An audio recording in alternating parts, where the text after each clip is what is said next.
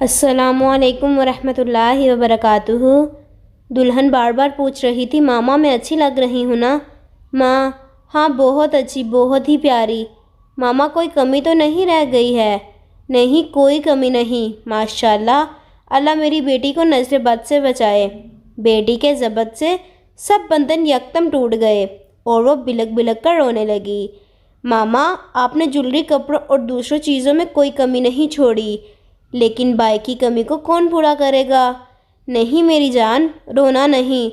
تم نے اپنے بھائی کی شہادت سے ایک دن پہلے وعدہ کیا تھا کہ تم خوش رہو گی۔ بھائی سے فون پہ کیا ہوا آخری وعدہ تم بھول گئی ہو کیا؟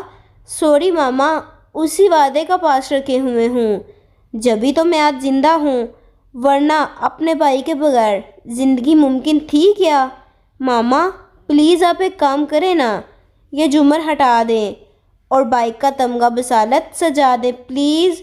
میرے بھائی میرے جھومر ہے نا۔ نہ جانے دلہن کیا کچھ بولتی گئی اور اپنی آنکھوں میں آنسو لیے سوچتی رہی، گمنام سپاہیوں کی بہنیں شادی میں جھومر کی جگہ ان کے تمغے سجاتی ہیں جو ان کا فخر، ان کا غرور ہوتے ہیں، بالکل ان کے بھائیوں کی طرح۔ ہر بہن کے سر کا تاج ہے بھائی۔ اللہ ہر بہن کے بھائی کو سلامت رکھے، آمین ثم آمین۔